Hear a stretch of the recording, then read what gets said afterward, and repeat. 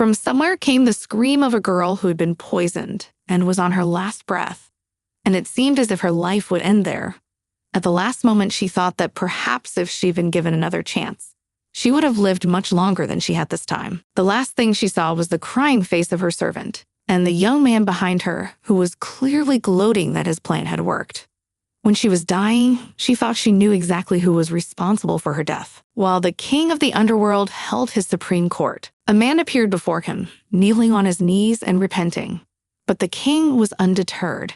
He said he knew of this man's monstrous deeds and that he had abused the common people. So looking at him resolutely, he announced his sentence: 20,000 years of boiling cauldrons. The man begged to be spared, but the man was undeterred and ordered the next one to be brought in. But suddenly the king of the underworld himself was addressed in an overly familiar and friendly manner. He was shocked at who dared to address him in such a manner, and so he turned his gaze to the newcomer. But it was the main character who waved at him and said, "Didn't he expect to see her so soon?" And then told him she was back again. The king was shocked, but seeing the girl in front of him, he wondered why she was here, as it was obviously too early for her to die. She smiled and told him that she was in his realm because she had died again, and then told him that in her second life, her name was not Helen, but Ariana. He looked at her unhappily and asked her where she had died, but she laughed off the question and said that she had been poisoned by something in the wine, and then awkwardly added that she had tried to be careful. She added awkwardly that she had tried to be careful. But at that moment, she was all boiling with rage and asked the dungeon ruler how many times she had already gotten to him. And afterwards, she began to remember that her first life was cut short when she was hit by a car. The second time, she had a heart attack, which was very strange for her age. In her third life, she was at the center of a conspiracy that got her killed. And the last time it was poisoning. The girl was really horrified to see so many deaths. She was also angry that every life she had ever lived had been cut short when she turned 25. She demanded answers from the king of the underworld, who watched her awkwardly, unable to find the word to answer. The girl was furious and complained about the man, threatening that she would definitely file a complaint against him to the heavenly chancellery. And the girl was furious, asking what happened and why everything happened like that. Afterwards, she asked if she was some kind of a joke for him. She was madly interested in why he could not give her a normal, clear answer to her question about his tragic death after his 25th birthday.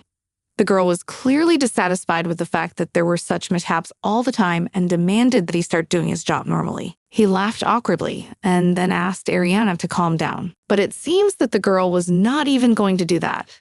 She vehemently continued to prove that it is simply impossible to calm down here.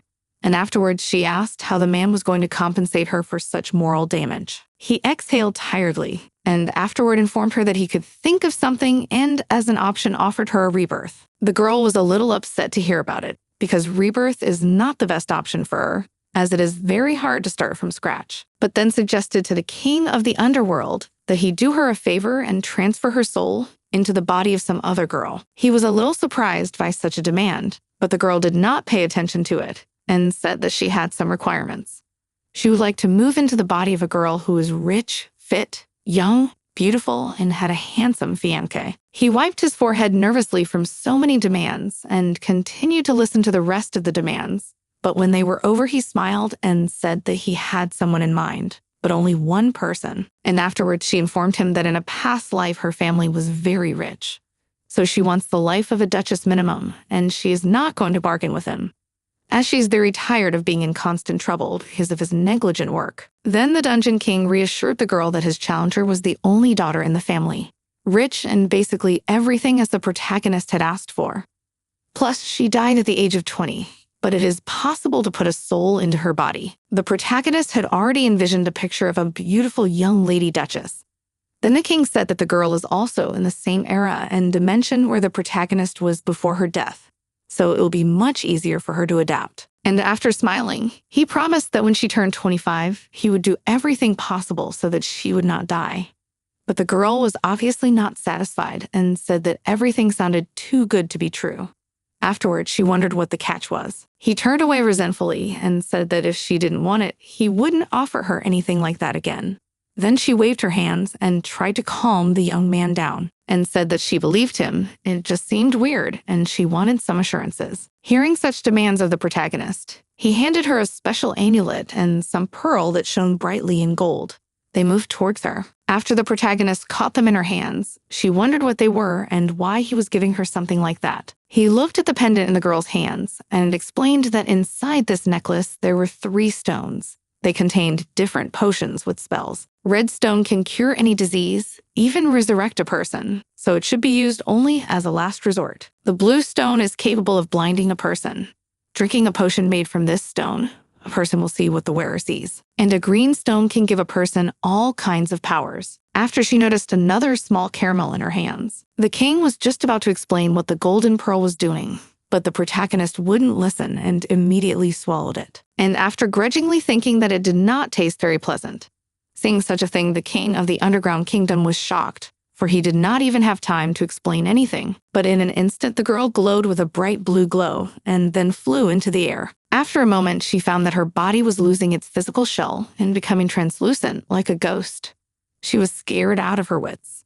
And the king of the dungeon asked the girl why she ate her, and then he called her a fool. But before the king could explain anything, the girl had already disappeared.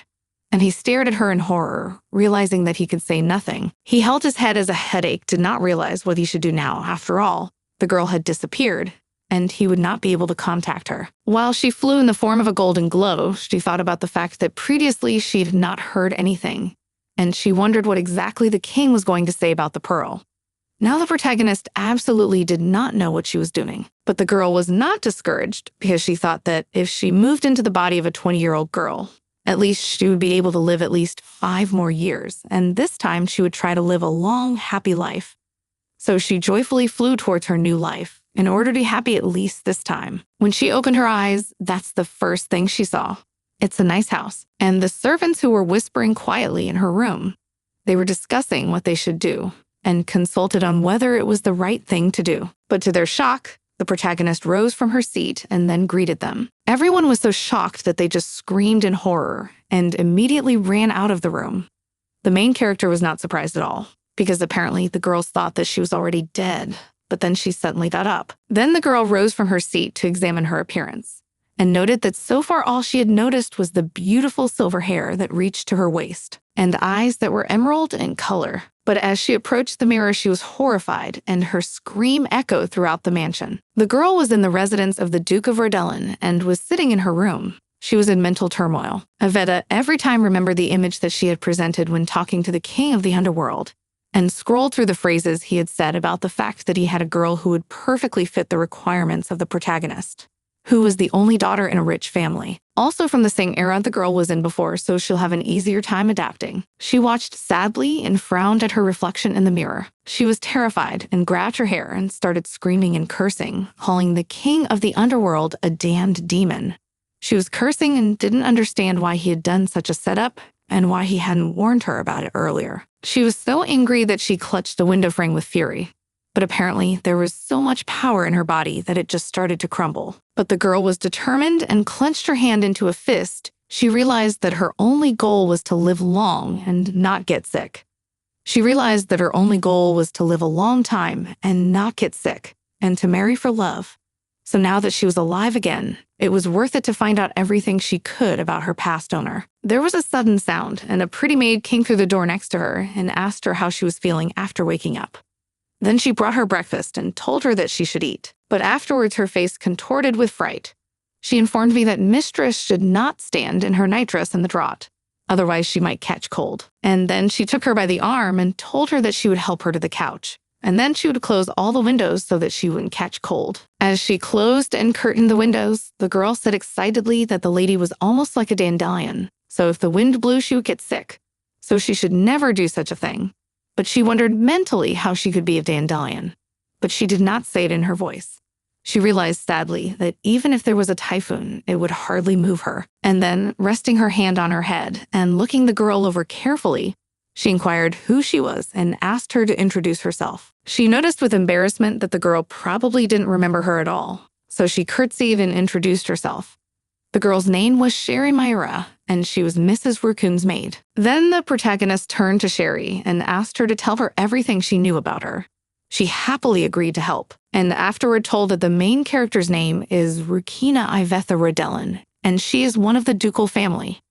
Her father, the head of the family, is Edmund Matthew Rodellin, and Iveta is the only daughter of a duke. Then the protagonist thought about her words and realized that she had previously heard in the past about this duke, as he took custody of orphan children of the war, but personally, with him the girl had no ties. So soon she'll have to find out what kind of man he is. After all, she is his daughter. Sherry revealed that Yvette was brought up in the love and care of her father and therefore grew up very quickly. Hearing this, the protagonist confirmed that she had previously thought so for some reason. So she rejoiced because she was very lucky. And afterwards, she looked at Sherry and wondered why she had passed out so suddenly and taken so long to regain consciousness. Sherry sadly admitted that they suspected that Mistress might have been poisoned. And yesterday, a healer came by and said that it was worth giving up as the chances of her surviving were insanely slim. Then Yvette was shocked. She wondered if she'd really been poisoned. The maid, carefully looking at the main character, explained that it was unlikely, although there were suspicions, but because the mistress was very kind, no one would dare to harm her. The girl still remembered the death in her past life and did not understand what could have happened again that she had been poisoned. She had previously thought that aristocrats were completely protected from such things. The maid, looking at the girl, said that when she'd heard that the mistress was awake in the morning, she was very glad, and afterward was about to say something else, but they were interrupted. They turned sharply toward the maid, who reported that the Duke had finally returned. When Yvette heard this, she informed the maid that she would now clean herself up and go down to see him. But no sooner had a few minutes passed than Duke Edmund Matthew, swinging open the doors, called to his daughter. Afterwards, he tearfully came over and hugged her tightly, saying that as soon as he heard that she had woken up, he'd have gone straight back to the house.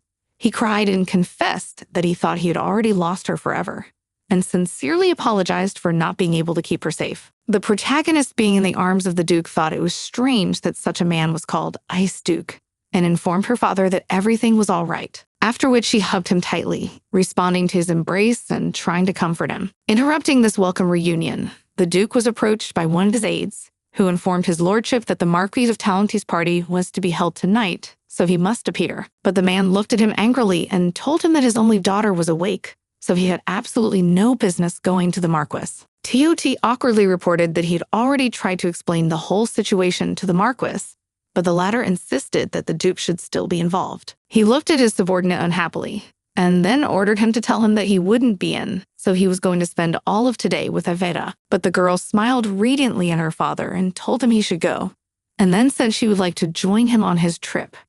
And she thought that there would be many aristocrats at the Marquis party, so perhaps she could find a clue and find out who wanted to kill the previous mistress of this body, and at the same time check their attitudes towards her. Some time passed and Yvette, suitably dressed, arrived at the Marquis's soiree. But to her surprise, she saw that all the aristocrats in the neighborhood just froze and looked at her with a strange condemnation. She was surprised that, even though she was the Duke's daughter, no one even greeted her. As she walked past the crowd, she finally realized what the true attitude of the aristocracy was toward the former mistress of this body. Then the girl sat down on the sofa and asked her maid if she was an outcast, but she assured her that it was all right, for she had a close friend, Alice Millick, the Marquis's daughter. And afterwards she explained that they had been close since childhood. But suddenly their dialogue was interrupted by a girl running up. Iveta said that she had not missed her and wanted to come to her, but she was not allowed to, but she was still glad that she had decided to come to them as soon as she regained consciousness. Looking at her friend, the protagonist discovered that she looked a lot like Snow White. And after awkwardly looking her over, she said that unfortunately she had lost her memory. So she asked her to tell her a little about herself. She looked sadly at Willow and told her that the rumors about her memory loss were true, and then told her that she was her friend Alice, and promised that even if she forgot her, she would still be her friend forever. The protagonist immediately noticed that Sherry didn't look at Alice at all, which seemed strange enough due to the fact that at first glance Alice seemed like a nice enough girl. Then Alice, touching the protagonist's face with her hand, worriedly informed her that her face had gotten insanely small during the time she had been unconscious. She'd only thanked her embarrassedly for such great concern. Then Alice explained that as soon as she heard that she had come to her senses and would be coming to their dinner party, she had prepared everything in advance. The head heroine, seeing all these desserts and the fact that it was prepared just for her, was shocked, as just looking at this food, she felt insanely fat. Then Alice handed her a huge bun and told her it was one of her favorites with custard. Yvette saw her and told her that she wasn't really hungry now, but she realized that one bun had a daily dose of calories, so if she took just one bite, she'd get more. Alice was shocked at this refusal and said she couldn't believe that she didn't even have an appetite. And after all, she used to be able to eat as much as 8 plates. The main character was shocked to hear such a figure. But still, not to make the girl worry, she took 1 bun and was going to take a bite of it. But only out of politeness, because before that, clearly she wasn't going to do it for real. Then Alice called her servant and informed him that she couldn't properly last the whole evening on just 1 bun with such a figure, because otherwise she might fall unconscious. And afterwards she smiled and said that of course in her case, even half of such a bun would be quite a lot for her, but it obviously didn't concern the main character. She was clearly shocked by what her so-called friend had just said and saw a note of mockery in it. But Alice didn't stop there, and turning to Veta, she said that she envied her because she could eat as much as she wanted and still be insanely cute. But she, unfortunately, had to look after herself every day. The main character pretended not to notice the bullying, smiled at her, and said that it's not strange because she's insanely beautiful. So it's not surprising that she has to do it. To such a compliment, Alice reported that the protagonist, as always, remains insanely modest. But suddenly, a young man broke into the conversation and asked what the ladies were talking about. And then he kissed Alice's hand and told her that she was wrong for saying that one of the most beautiful blossoms in society was not beautiful at all. And then he told her that she was the best of the best. But Alice turned to the man and assured him that this was not true at all, for she had only been a role model as a little girl. She smiled radiantly and said that compared to Evita, she was a wildflower on the mountainside. She smiled radiantly and said that compared to Evita, she was a wildflower on the mountainside. The man laughed off this and reported, if Alice is a wildflower, then probably Yvette. But at that moment he stopped. But it was enough for the protagonist to have an epiphany. And in that moment, she realized that everything Alice had said before was just a lie to mess with her. At which time they, not noticing the change in Yvette, continued. Alice scolded the man who had said that and said that even if Yvette looked like that, her inner beauty knew no bounds. The protagonist was in a frenzy, and it didn't go unnoticed by Sherry, who tried to calm her down. Yvette wonderfully realized that Alice could be anything to her, but she was definitely not her friend, for this person was only pretending to be her friend. But at that moment, she was knocked out of her musings by Alice, who, turning to the protagonist, informed her that if the girl wasn't so beautiful, at least internally, she wouldn't have been noticed by Lexian or Abione. Then Yvette looked at Alice and wondered who he was and why he had chosen her. She smiled at this reaction from Yvette and was about to explain who he was. But suddenly they were interrupted and announced the arrival of the crown prince. All hailed the beautiful red-eyed and blonde-haired prince, and each of the aristocrats turned to him and asked how he was doing. But suddenly his gaze focused on Lady Yvette, and he called out to her with a smile. And after quickly approaching her, didn't even give her time to curtsy and kissed her on the forehead. She was shocked at what was happening and didn't know how to behave, but she blushed profusely with embarrassment. Then he bent down on one knee and kissed the back of her palm and smiled to announce that his dear bride Yvette had finally come to her senses and had returned to him. She was obviously shocked and confused by such attention from a man, especially the second heir of the empire, and she didn't know how to behave. The girl was able to leave the banquet hall with a calm soul. Next to her was her maid, and then the protagonist turned to Sherry and asked why the girl had not previously informed her that it turns out she had a fiancé. She answered embarrassedly that Yvette had asked her a lot since waking up, and for some reason she thought she had already had time to tell her about her fiancé. The girl at that time remembered the picture when her fiancé came to her, and she had been looking for excuses to leave for a very long time.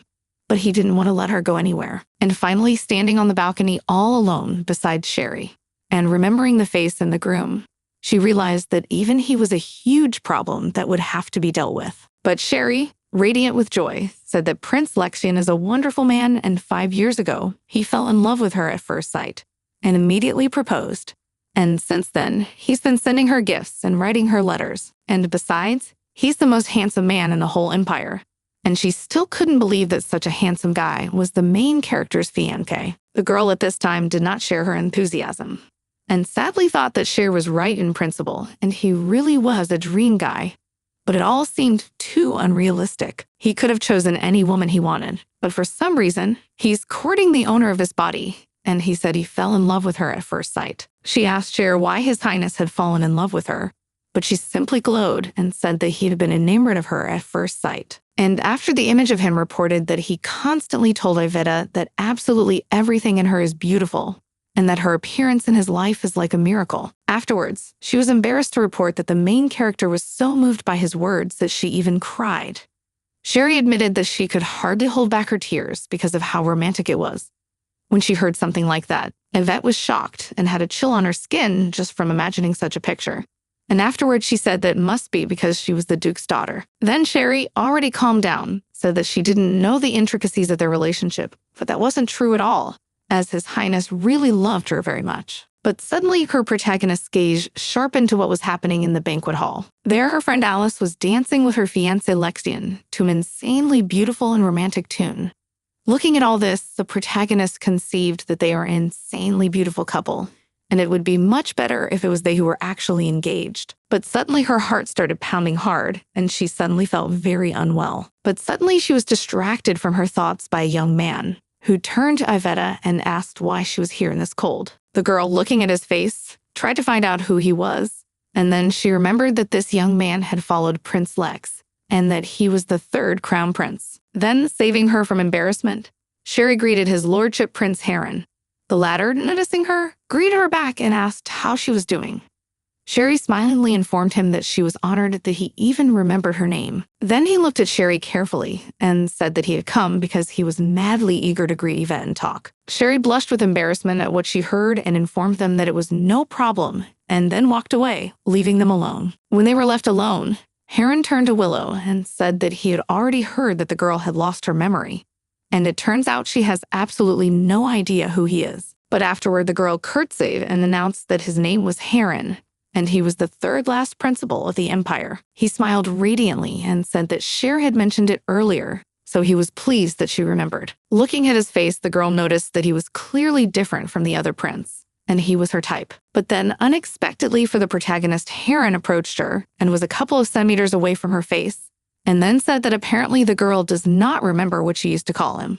And then he said that Yvette used to call him Hey Orabioni. She couldn't find the words to answer and awkwardly turned away, thinking that all these brothers had some strange habit of getting insanely close to a person's face. But at that moment, he took off his parade cloak and placed it over the protagonist's shoulders, then informed her that she had only recently regained consciousness and was still recovering, so she would have to be careful. And after hearing the words of gratitude from the protagonist, who addressed him as he had requested, he smiled radiantly, and afterward he looked at her carefully, which madly surprised the protagonist. Then Heron bent down on one knee in front of her and kissed her hand as a sign of farewell, and before leaving, he congratulated her on her recovery. She continued to stare after him and thought that since she had woken up, it had been 3 days and her new life was about to begin, and there was no telling what dangers awaited her in the future. But more importantly, she needed to find out who was really her friend and who was really her enemy. Some more time passed after that reception, and the protagonist with her friends and fiancé decided to go to a tea party in a beautiful garden. Then Alice, addressing the protagonist, informed her that she was dying to be a bridesmaid in their wedding. After all, they are always wearing a beautiful dress and holding a small bouquet. And so she feels like it would be an exciting event and an outfit that insanely suits her image. But actually, in her mind, a completely different picture. She imagined that she would be the bride instead of Yvette. Lex then informed her that it sounded like a great idea. But first, we have to find out how feasible it was, because in that case, she'd be the prettiest bridesmaid in the entire empire. Yvette heard all this perfectly well, and so she became sad. At this time, Alice, turning to Lexian, informed him that there was no way she could be the most beautiful bridesmaid in the empire, and he flattered her immensely. Listening to their talk, the protagonist reflected that after the Marquise's reception, she was learning more and more, and became convinced that these completely lost people ruined the life of a sweet and kind girl who trusted them. Then Alice turned to Yvette and asked if she would make her her maid of honor, and then told her that she was her only friend, so she had to do it. At this point, the protagonist lowered her gaze, but still did not answer anything, and herself, turning to the past owner of the body, asked how the girl before that was able to bear such a relationship alone. Without paying any attention to her, her best friend and her fiancé discussed that during the reception, the Marquis would show off his marvelous rose garden, and then asked Alice if she would like to go with him and look at it. She clapped her hands happily and agreed. Lexian then shifted his gaze to the main character, followed by Alice, and they waited for her response. She looked at them calmly and said that she was tired and didn't want to go anywhere, so they could go there alone, and said goodbye. As they left, Lex turned to his brother and asked him to stay with Iveta, but apparently he wasn't going anywhere, so he just waved goodbye and stayed with the protagonist, who watched the couple leave. She could see perfectly well that the prince's real love was Alice, and their pretense towards Ivete was only for the purpose of self-gratification at her expense. She sadly realized that the past owner of this body had fake friends, as well as a fake lover and a very lousy life. But suddenly, out of such depressing reflections, she was brought out by Heron, who approached her and inquired what she was thinking so deeply about. Da, frightened by this sudden proximity from Heron, abruptly moved away, and then said that she wasn't thinking about anything special. But then she turned around and looked at him, realizing that apparently he too was aware of her predicament. And for some reason, it seemed to the protagonist that Heron cared, and maybe even really cared. Staring at his beautiful shining face, the girl ordered herself to look away as she realized that his beauty was making her insanely embarrassed. After that, she turned and asked to tell Heron how she met Lexian and how they got engaged. He agreed, and then he started the story by saying that sometimes he also doesn't understand how something like this could happen. After all that happened, the protagonist returned to her house and turned around on her bed, unable to find a comfortable place to sleep, because in her head, there were still different thoughts. After she jumped up and decided she needed to go for a walk right away or do something to get some air before bed. So she threw a plaid over herself and went out for a walk in their garden. As she walked, she kept thinking about the fact that she'd been attending various social parties all week, and the prince's relationship with the owner of this body is highly suspicious. Then she wondered which one of them could have spiked the poison and not been seen by the Duke. The protagonist realized that she probably needed to be on her guard, so that this time she wouldn't die of poisoning. And there were 3 people to watch out for. First of all, her fiancé, the second prince, Lexian, because if he only wants the power of the duchy, then he would definitely kill his wife after the wedding.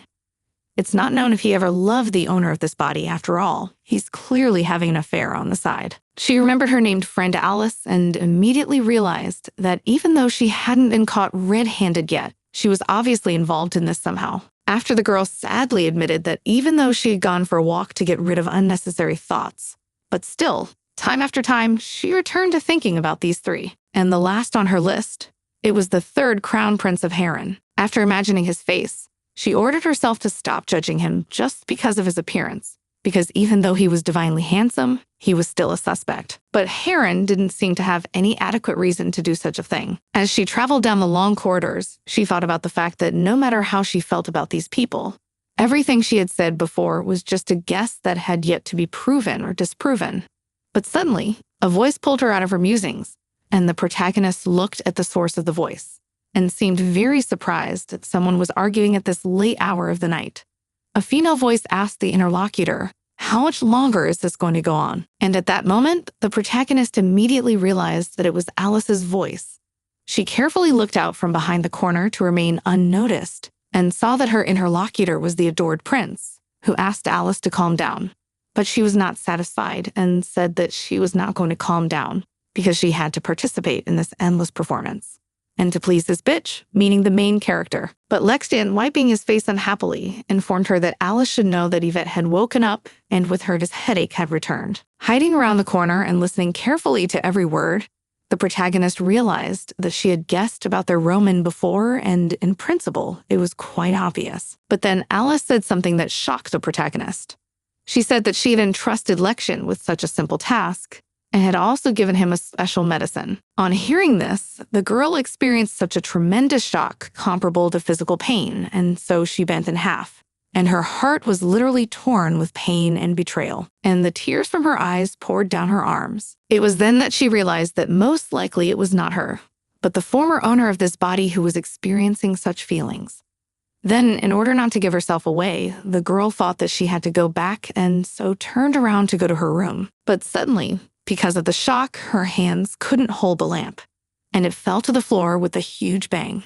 The protagonist was shocked to be noticed. At this moment, as a confirmation of her words, the Crown Prince's voice rang out, wondering how a person dared to eavesdrop on the conversation of someone like him. She was still sobbing and hiding behind the wall and didn't know what to do.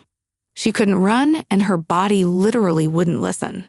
She ordered herself to do something, but it wouldn't work. But at that moment, Heron came to her rescue, sidestepping the girl and taking all the blame. And then, covering the corner behind which the protagonist was hiding, turned to his brother. When Heron came out from around the corner, he explained himself and apologized for interrupting.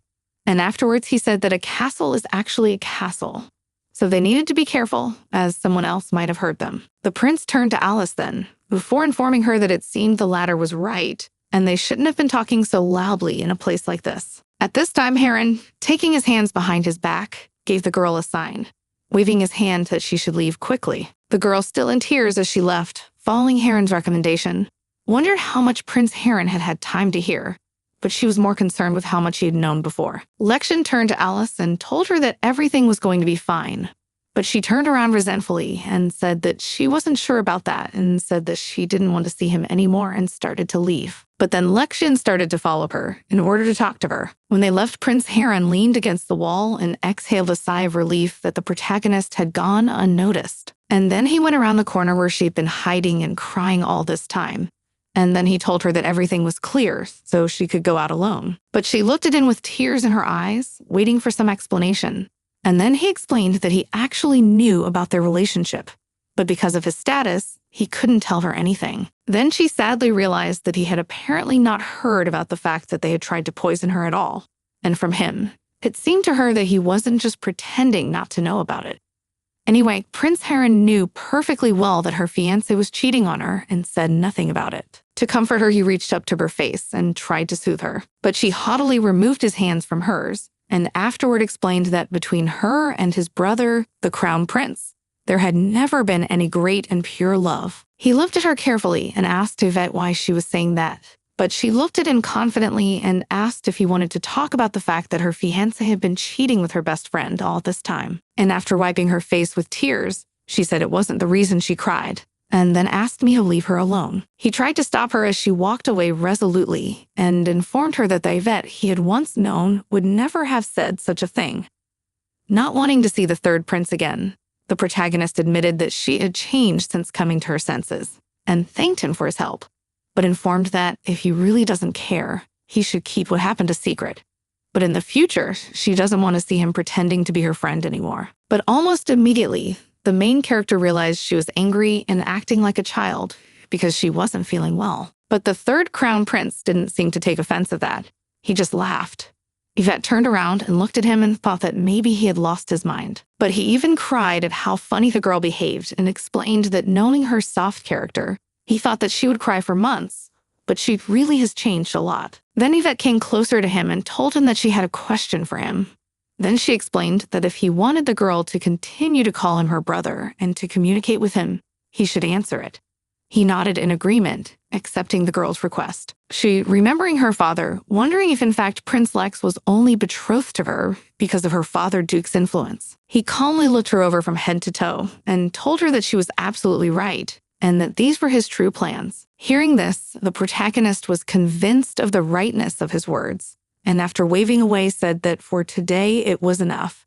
And now she wants to err, so she said goodbye to him soon. But he looked at the girl worriedly, wondering what she was going to do, and if she was planning revenge. She thought about his words and realized that now she needed to calm down and think about the situation.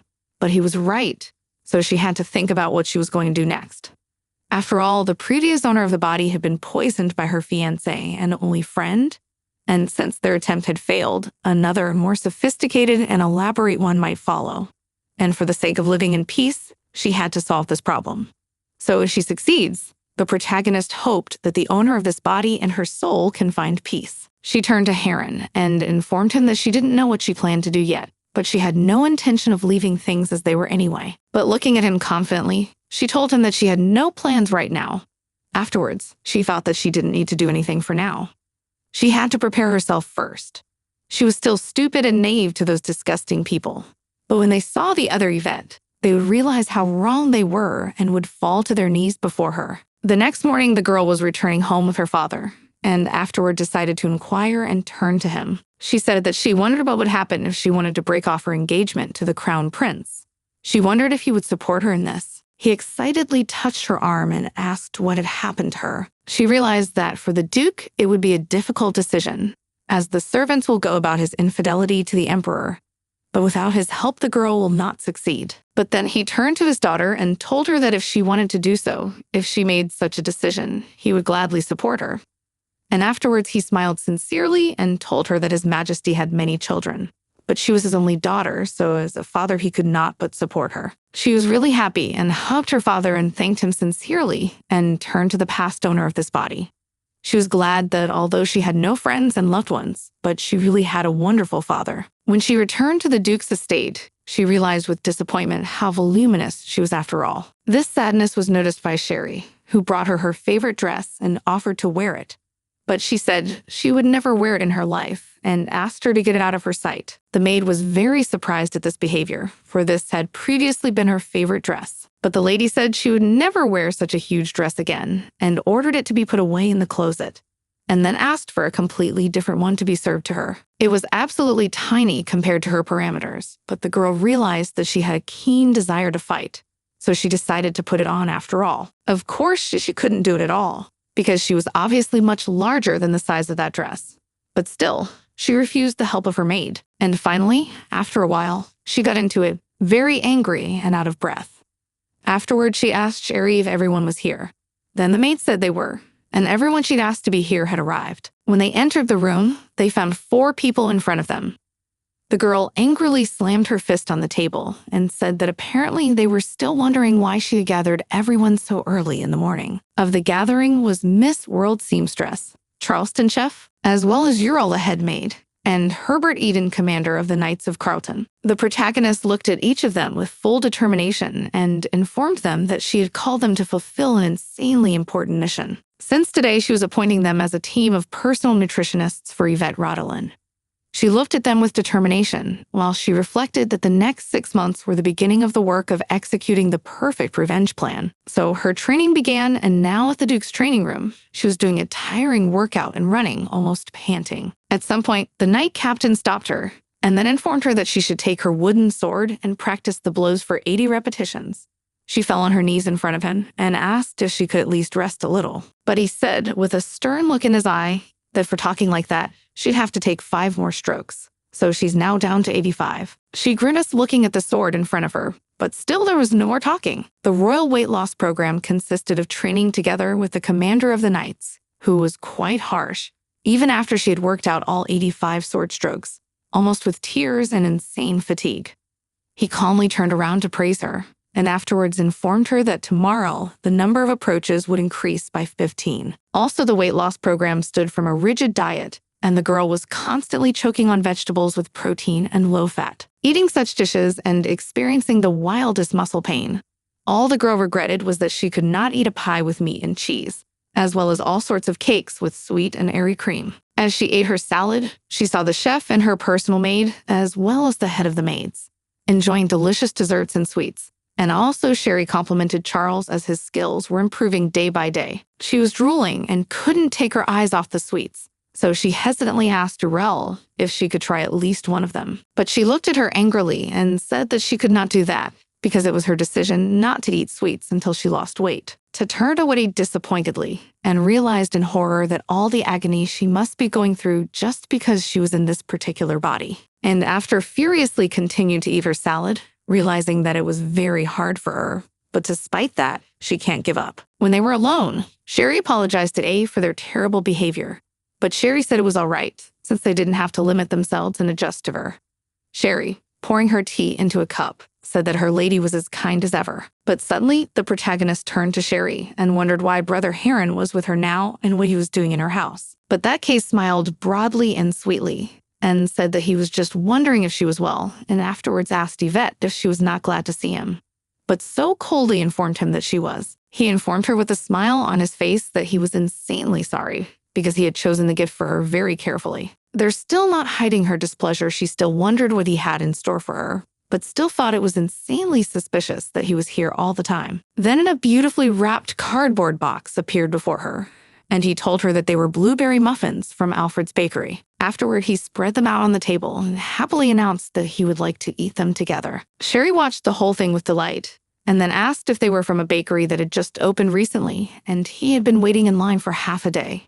He agreed with that assumption, but then Sherry tried to explain that the lady was on a diet. But the angry protagonist didn't let her finish, so rising from her seat, she ordered Sherry to clean up.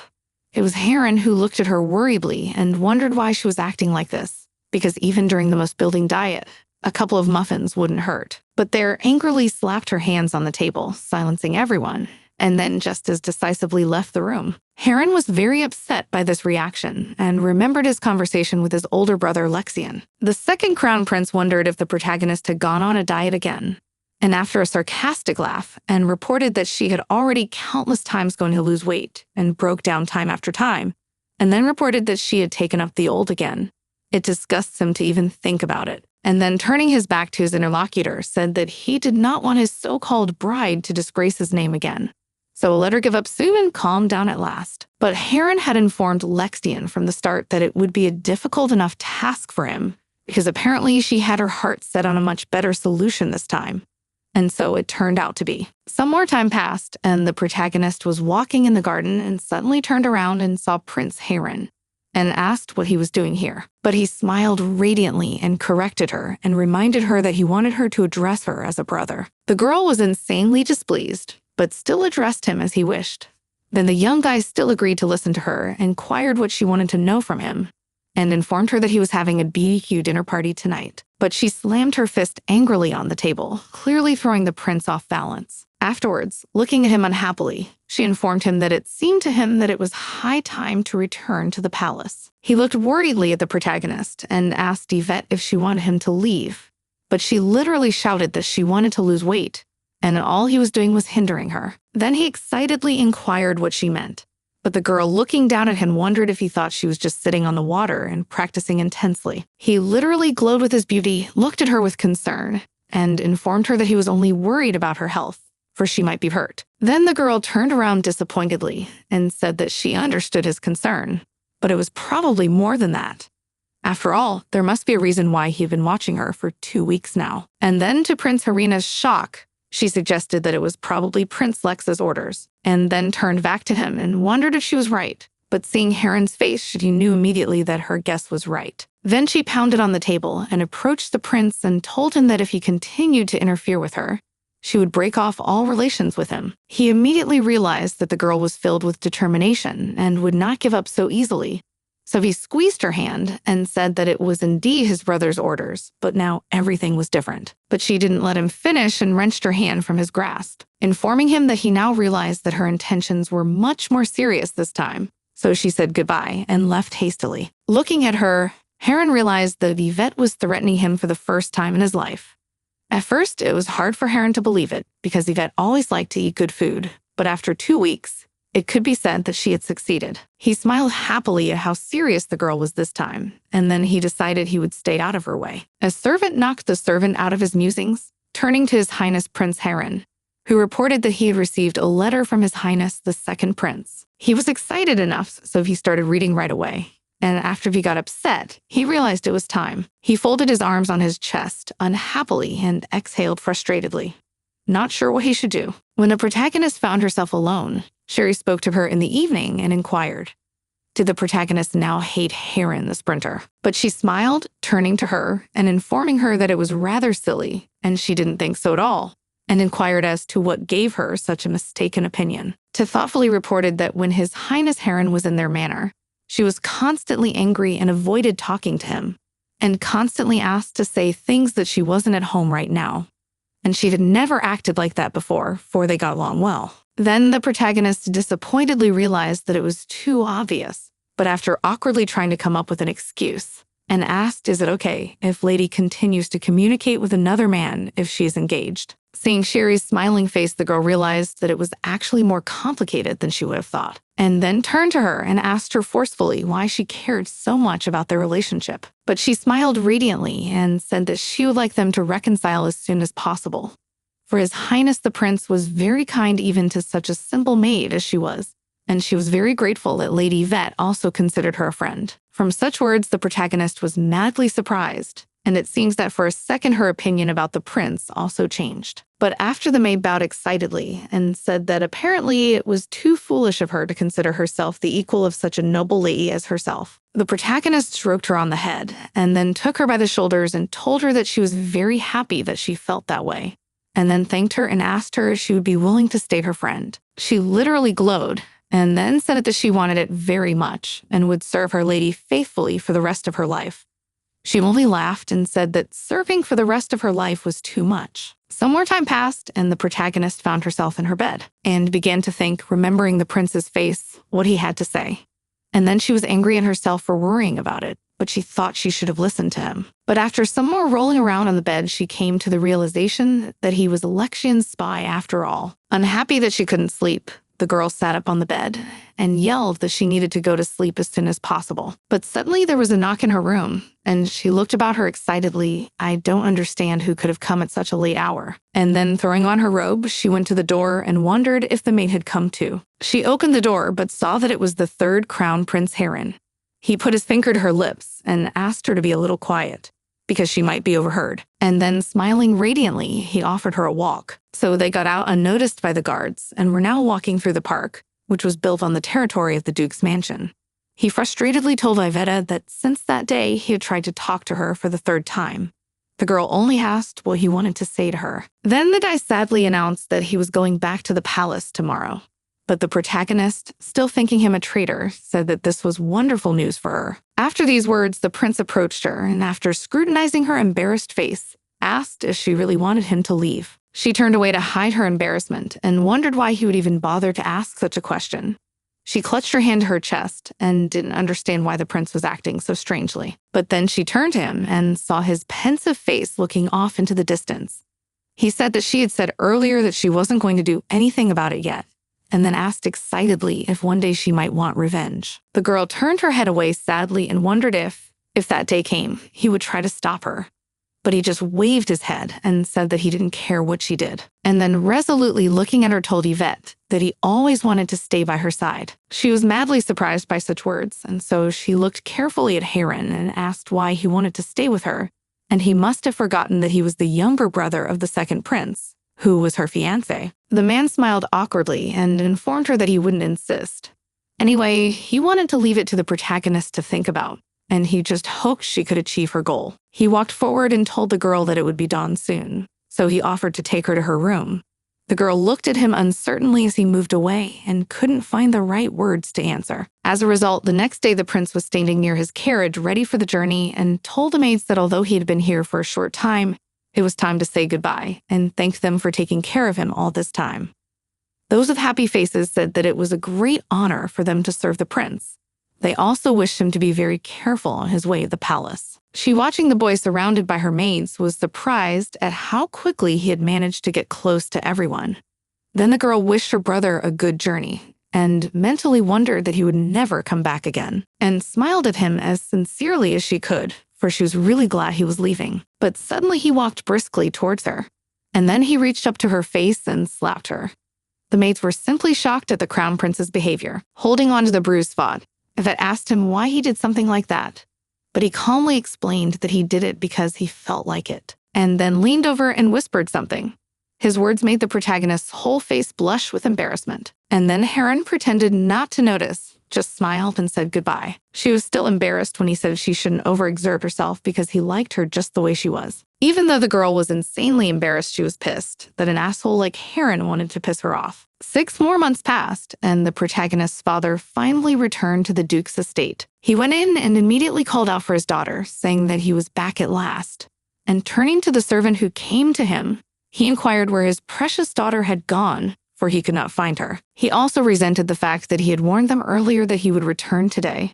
And then he looked angrily at the servant and said that he had left them alone for only 3 months and had gone on business, and they had already gotten so disorderly. But suddenly his anger changed to surprise as he looked at the girl coming down the stairs. That mad woman elegantly curtsied to him and then congratulated her father on his return. At this time in the Duchy of Winston, a young man was being handed a letter by a man and informed that he had originally received a letter from the emperor, then from the headquarters, and now from the Duke of Rodelin. The dark-haired man seemed truly surprised at the invitation from the Duke. Then his servant explained that it was most likely an invitation to a reception in honor of his daughter's recovery. The man said in surprise that he had previously thought the Duke's daughter was dead, but the aide explained that it was just a rumor. She was indeed near death, but she was miraculously healed. Then he opened this letter and asked why the reception was being held after 6 months. Then it was calmly explained to him that it was probably for medical treatment. After all, such a reception will be held for the Duke for the first time in a long time, so most likely his daughter's fiancé. The second heir and his brother, the third crown prince, will definitely be there. He read carefully every line of the letter, and then the servant, seeing his thoughtfulness, said that if he did not want to go there, he could write them a refusal. But Winston, lifting his coat and preparing to leave, told the servant that he must answer the invitation, and to say that he would come, for it was time to play with the Duke's daughter. Then he took the letter and, somehow slightly looking at his assistant, informed him that it would be a reception in honor of her full health, so it would indeed be sumptuous. For some time, the girl sitting on the couch turned to her maid and asked Sherry how the preparations for tomorrow's reception were going. She said that everything was fine and then asked if the lady really planned to hide from everyone until the reception. And then she said that she would not be able to resist showing everyone as soon as possible. She smiled and then said that the protagonist appears when everyone is already gathered. Sherry glowed with joy, but said she didn't quite know what she was talking about, but she thought she got the gist of it. So she's going to do everything in her power to cover up her appearance. After she was alone, she picked up the letter, and after reading it, she was glad that Logan was alive and would still be coming to a reception like this. And then she realized that in addition to hiding in her room, she needed to sneak out of town. So she turned to the maid and smilingly informed her that she was to help her and be her accomplice. So sometime later, they came up with a marvelous plan and hid the girl in the hay and took her outside the estate. She was terrified and frightened, looking around, not realizing how it had all happened. But suddenly, the girl was spotted by one of the other servants, who inquired where she was going and where she was taking so much rice straw. But she's scared to tell me that the lady needs some more straw-stuffed animals, and Mr. Torres from the shop makes them really well. And then, smiling more believably, she said that their lady was very strong. If she had been born a man, she would have been a general. But the man only laughed, saying that she was their lady after all. Yes, agreed, and then ran frighteningly fast to get the girl out of the sight of other people. So they found themselves outside the city, and the girl, having changed into suitable clothes and done all the important business, went out. She asked Sharon, smiling, if she was nervous, but she said she was upset because she had almost been caught red-handed by Ural when they left the manor, and she was a little scared to go out into the city without guards because it was dangerous. But the heroine decided to look at her and told her that she didn't have to worry about that, because now she could protect them herself. Besides, in a similar outfit, she looked like a man. To this, Sherry replied that she was, because the lady had now become quite tall and pulled. Then she gave her a friendly hug and asked if she wanted to go shopping. The girl looked at her worriedly and asked if she was going to come home after she finished her business. But in the end, she persuaded her to go to a jewelry shop. There the salesman showed them a variety of rings and jewelry, and the protagonist persuaded Sherry to choose one for herself. But she constantly refused. Then the salesman, mistaking the protagonist for a man, turned to him as a friend and told him that he should just choose the one he liked and buy the girl. The protagonist liked the idea. She agreed, and then looked at all the jewelry. Her gaze focused on the pendant, and she asked how much such a pendant costs. The girl was still trying to convince the main character not to buy her anything like that, but she did not agree. The seller said that for the sake of her lover, he would give a special discount, and this pendant would only bill 30 gold coins. But the girl reported that she would not give more than 15 for such a thing. Then he grudgingly said he would agree to reduce it to 27, but not a coin less. But there was obviously angry and said that it was insanely expensive, and besides it was a pendant with a stone, and he apparently has no conscience to ask for such a thing 30 gold pieces, and especially since the stone wasn't real. So she could check it out right then and there immediately reduced the price. He was unhappy that the protagonist was able to expose him and still agreed to sell him for the price she was offering. The girl thanked the protagonist profusely for buying her something like that and promised that she would treasure it. But Yvette calmly explained that the stone was just a fake, so she would buy her something more dignified later. But Sherry literally glowed with joy and said that it is absolutely not important for her. The main thing is that she gave her something like this, so she promises to cherish it. The main character, seeing so nice, Sherry agreed with her and simply said that she was acting insanely nice. But suddenly the girl paid attention to someone scolding. Noble lady next to her knight shouted at the mother and her child, calling them insects. and after proudly informed that everyone dare not cross the Marquise. The main character listened to what people were whispering about, and they all felt madly sorry for Emma's mom and Jackson, who had accidentally stained the noble lady's dress. They sadly realized that Emma couldn't cope with her children, and that's why she'd gotten into trouble. And it was all because the noble lady had come out of nowhere and confronted the boy. But there was nothing they could do and nothing they could do to help. Then Alice, turning to the Viscount, informed him that he must cut off this little scum's hands at once. Even the Viscount was shocked by such an order, and thus excitedly reported that it was indeed too much. But she was determined and looked at the man, and told him that the dress had been given to her by His Highness the Second Prince for her 20th birthday, and this little brat dared to soil the Emperor's gift. And after looking at the crying mother of the child, informed her that it would be enough to cut off one hand of each of them. He bowed his head in grief, then drew his sword and agreed to carry out the order. The protagonist was watching, and she thought these aristocrats had literally lost their minds. Then the Viscount turned his sword on the mother and child, and told them that they should remember all their lives their unworthy behavior. But at that moment, when he was just about to strike, the main character stepped in, bared her sword, and blocked the man's attack. He asked indignantly what she was doing. The girl, looking at him with all determination, said that she should be the one to ask him something like that. The battle was still going on, but the protagonist, taking the initiative, put her sword up to his face. The man then furiously asked how someone like her dared to point a sword at him, but she informed him, with a calm, cold-blooded expression, that it was she who should inquire of him about something of the kind. Then she shifted her sword to the girl, and wondered if it was the Marquess of Millik. She put her hand to her breast, and said that she was the only daughter of the Marquess, and then said that apparently the protagonist does not know what happens if you get in the way of aristocrats. The girl, whose face was hidden under a hood, and so everyone still thought she was a man, said that these are the lands that belong to the Duke, so whatever happens here, this kind of massacre is forbidden here. But the likes of the Marquise and her assistant dared to lynch the villagers who are under the Duke's protection. In other words, the Marquis Millik does not consider the authority of the Duke of these lands at all. Suddenly, to Alice's horror, the people around them started shouting that the guy they thought the protagonist was talking about was right, and they were really under the Duke's protection. And no matter how high their status was, they couldn't touch the locals without his permission. Then the Marquis, pointing to the stained dress, inquired what the protagonist was going to do with the dress. But the protagonist only laughed and told Ta not to say such nonsense, because this dress was not suitable for her from the beginning.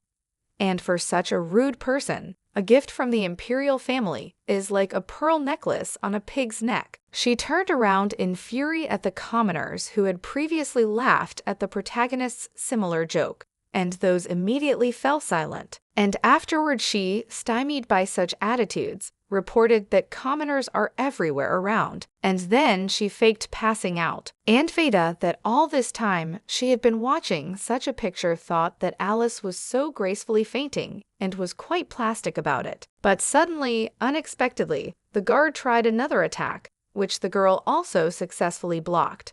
He said angrily, looking at her, before preaching and making baseless accusations, it would be a good idea to introduce yourself first. Afterward, he said that since someone like this guy dared to meddle in the affairs of the nobility and protect those scum, he wouldn't forgive him. But she easily twisted out from under his attack to strike back. The Vicomte was watching all of this, and thought admiringly that the girl could handle the blade quite easily.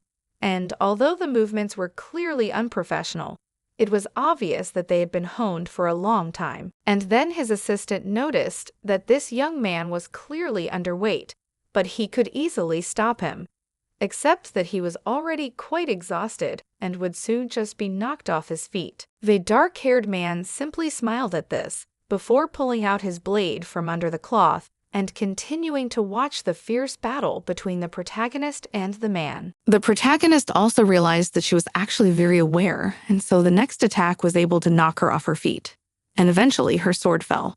She looked at it angrily in order to pick it up and still realized that she should have trained harder, at which point the assailant began to move on the girl, thinking he won. But at that moment, a small dagger flew at him from whence they came, cutting his hand, and the sword flew out of it and fell to the ground. Viken started to look back in horror at whoever had thrown the blade at him. The man approached and told Viken Barlik that he had better take the Marquise Malik back to the palace. The man asked disgruntledly who the man was, but he just pulled a badge from around his neck and showed it off in a mannerly fashion. Immediately afterward, the Barlik informed the Marquise that they were returning. At that moment, the man picked up the fallen blade of the protagonist. So all this time I watched him and managed to realize that apparently he was the owner of that small blade that helped him, but thought that he was quite suspicious. At that moment, she was brought out of her thoughts by a boy and a woman who cried and thanked her for saving her. Then the protagonist came closer and stroked the boy's head and said that she had done what she had to do. And after leaning over and smiling, she said that in the future, the boy should not cause any more trouble as she felt sorry for his frightened mother, and then said that he should apologize to his mother. He thanked the main character. Afterwards, he apologized to his mom, and soon they left. Then she found herself alone with the man who helped her. But suddenly, Sherry approached her and hugged her mistress in tears, asking why she was being so rash. But she calmed her down and told her that she was really fine. She was about to leave when she suddenly turned to the young man standing behind her, and then awkwardly said that if it hadn't been for him, people would have realized the big noise. So she thanked him for helping her. Wiccan inquired whether she had done so because of family principles, but she answered him without going into details. And then he said, deep in thought, that the girl had managed to interest him. She was shocked by the young man's words. After all, he so simply says such things. And then slowly stepping back from him, she wondered who he was. But suddenly her legs became confused. In the end, she started to lose her balance. But at that moment, she was picked up by strong male hands. The man gently grabbed her by the waist without letting her fall. The one scrutinizing his face, which was covered with a blush, reported that it was surprising enough that the girl had been able to last any length of time in battle. Tao was very displeased and so immediately broke out of the young gentleman's grip. Afterwards, she asked him what he meant by saying such things. But the man coldly remarks that with skills like hers, she won't live much longer. Eventually, some time passed, and the protagonist returned home. And after the evil practice techniques on straw dolls, she was clearly upset that she lost in that fight and realized that she needed to train as much as possible. And then, out of anger, she destroyed the straw doll in one motion, cutting it in half. And she admitted to herself that the most frustrating thing about it was the words of this young man, who said that with those skills, she wouldn't be able to live long. The heroine sadly realized that she had no other choice but to acknowledge the words of that strange man. At that moment, the captain and knights came up to her and remarked that the girl should not get so upset and look at it from the other side.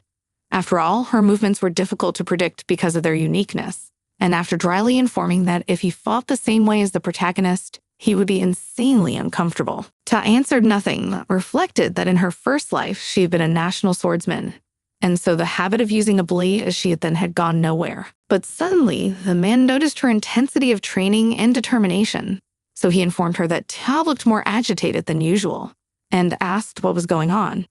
Ta looked at Sir Ethan excitedly and asked if there were any ways for the girl to win when dealing with a grown man on the battlefield. Perhaps there is a single winning strategy. He thought deeply and said that if the lady is not in a situation where there is a big difference in skills, then insecurity will definitely minimize her chances. So it will be difficult to find a similar strategy because she can't equal a man in strength.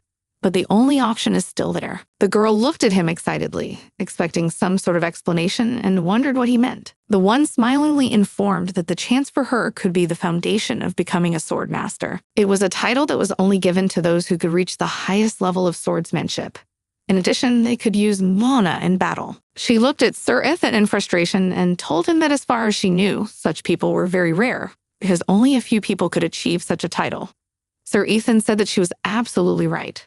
There were only 2 masters of the sword in the Empire. One of them is her father's Duke, and the other Duke Winston, who famously became the youngest sword master. And then he reported that the protagonist was also born with the ability to use mana.